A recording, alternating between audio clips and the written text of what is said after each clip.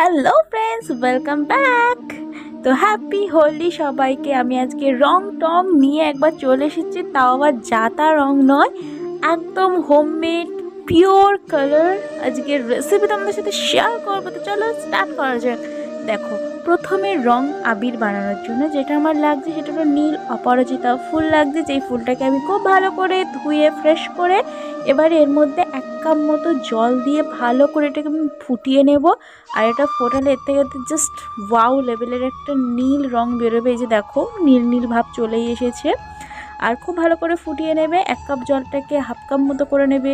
খুব ভালো করে ডিপ একটা ব্লু রং চলে আসবে। তারপরে জলটাকে নামিয়ে ঠান্ডা করে জলটাকে ছেঁকে নেবে।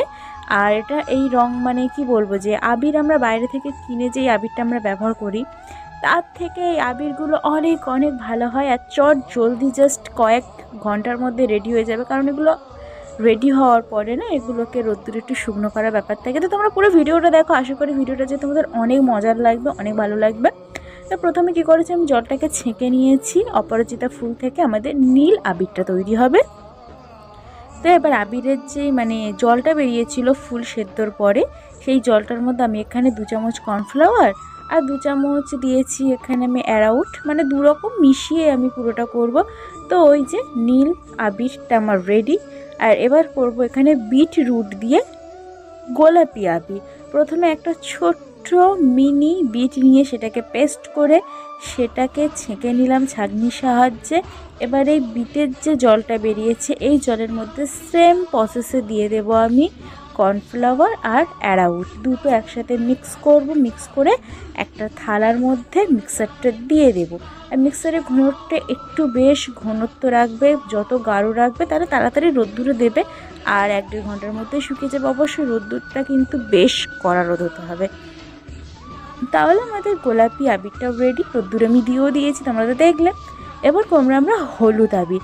হলুদ আবিরের জন্য রান্নার একদম ফ্রেশ হলুদটা নেবে, মানে কি যেই হলুদটার মধ্যে কোনো এক্সট্রা চামচ পড়ে না, শুধু হলুদের চামচ ছাড়া, সেই হলুদটাই কিন্তু নেবে। একটু দেখে শুনে নেবে, লঙ্কার গুঁড়ো চামচ পড়লে বেশ শেষ। তুমি লঙ্কার গুঁড়োতে মুখটা জ্বালা করবে। তো একদম ফ্রেশ হলুদটা নেবে, রান্নার হলুদ। সেই হলুদটার মধ্যে জল দেবে, জল দিয়ে গুলে ঠিক সেম প্রসেসে করে রোদ্দুরে দিয়ে দেবে। রোদ্দুরে দিয়ে বেশ ঘন্টাখানেক মতো দিয়ে দেবে। আর তারপরে দেখো, হাত দেবে ঝরঝর করে তোমার পুরো আবিরগুলো রেডি হয়ে যাবে। একদম হোমমেড পিওর আবির। হ্যাঁ, রঙগুলো হয়তো দোকানে আবিরের মতো অতটা দাগ আসেনি, অতটা ডিপ, অতটাও একটা ব্যাপার নেই, কিন্তু তবুও এইটা খেলতে খুবই মজা লাগবে, কারণ এটা বাড়িতে বানানো। আর এর মধ্যে কোনো সাইড এফেক্ট নেই, মানে ভীষণই সফট, ভীষণই সুন্দর একটা আবির রেডি হয়ে যাবে। আর সবথেকে বড় কথা, বাড়িতে বানানোর জিনিসের মজাটাই আলাদা, আর খেলতেও বেশ মজাই লাগবে। আমি বানানোর পরে আমার মা তো বাড়ি ছিল না, আমি বানিয়েছিলাম। আর তারপর আমার মায়ের সাথে অবাক হয়ে গেছে যে এত সুন্দর আবিরগুলো হয়েছে। আমার নীল আবিরটা একটু সাদা সাদা ভাব চলে এসেছিলো। তোমরা চাইলে এখানে ব্লু যে ফুড কালারটা আছে সেটা ইউজ করতে পারো, বা উজালার যে রঙটা হয় সেটাও দিতে পারো। আমি কিন্তু এখানে কোনো কালার দিইনি, একটু সাদাটাই হয়েছে আমার। তোমরা অবশ্যই অন্য কিছু ব্যবহার করতেই পারো। এখানে দেখো আমার হলুদ আবির রেডি। হলুদের আবিরটা দারুণ একটা রঙ এসে। তোমরা চাইলে জাফরানের যে হলুদ রঙটা আছে সেটাও দিতে পারো, আরও দাগ আসবে। আমি কিন্তু সেসব কিছুই ব্যবহার করিনি। আর এই যে এখানে সাদা নীলের মিক্সার একটা আবির। আর এই যে দেখো গোলাপি আবির। এই আবিরটা যেন অনেকটাই ভালো হয়েছে, মানে বিটের যে ডিপ রঙটা না একদম গোলাপি গোলাপি হয়ে গিয়েছে। তো আবিরগুলো তো পুরো আমার রেডি। এবার তোমাদেরকে রিভিউটা দেব। দেখো, আমি কিন্তু অনেক যত্ন করে অনেক ভালোবেসে আবিরগুলো বানিয়েছি। এই আবির দিয়েই আমি খেলবো এবছর হোলি।